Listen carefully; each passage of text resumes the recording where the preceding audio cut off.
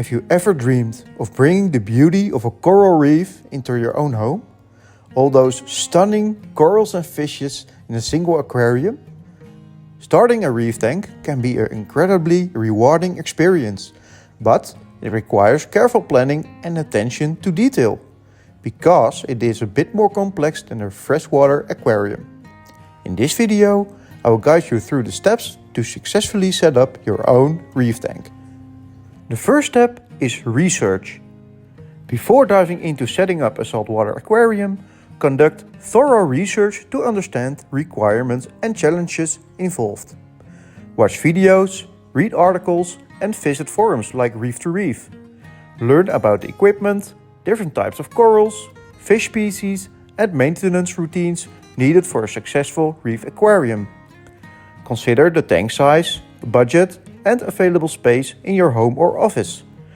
Doing research and making a plan which fish and coral you want in the tank can really help you starting a reef tank. Step 2 is choosing the right reef tank. Select a suitable aquarium size for your reef tank.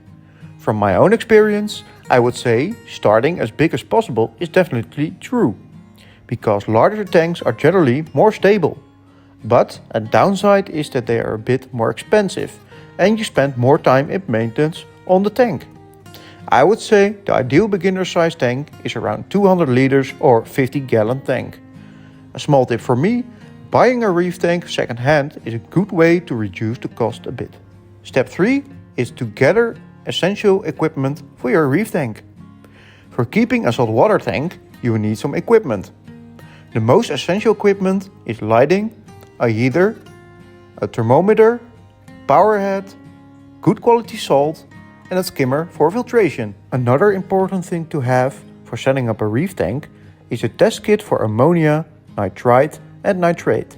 Why that's important, I will tell you further in this video. Step 4 is setting up the tank. First, thoroughly rinse the aquarium with water and make sure there's no leak in your tank.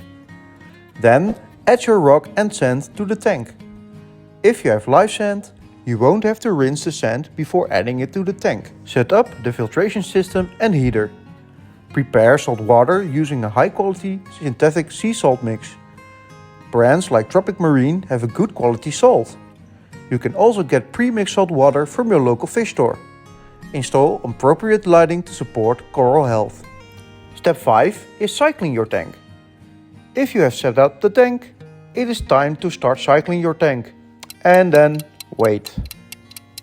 Initiate the nitrogen cycle by introducing ammonia. This process establishes beneficial bacteria that break down ammonia into nitrites and then nitrates. It is important you fully cycle the tank because ammonia and nitrite are toxic for fish and corals. The time it takes to fully cycle your tank depends on multiple things, like what kind of rock you use, if you add bacteria samples, if you use specific starting methods, etc. Normally, it would take around 6 to 8 weeks cycling your tank with live rock. It would take longer if you use artificial rock. In the beginning, test your water regularly for ammonia, nitrite, and nitrate. That's how you keep yourself up to date with the nitrogen cycle. I would say test your water around 1 to 2 times a week. It also helps you get used to test your water regularly in the future.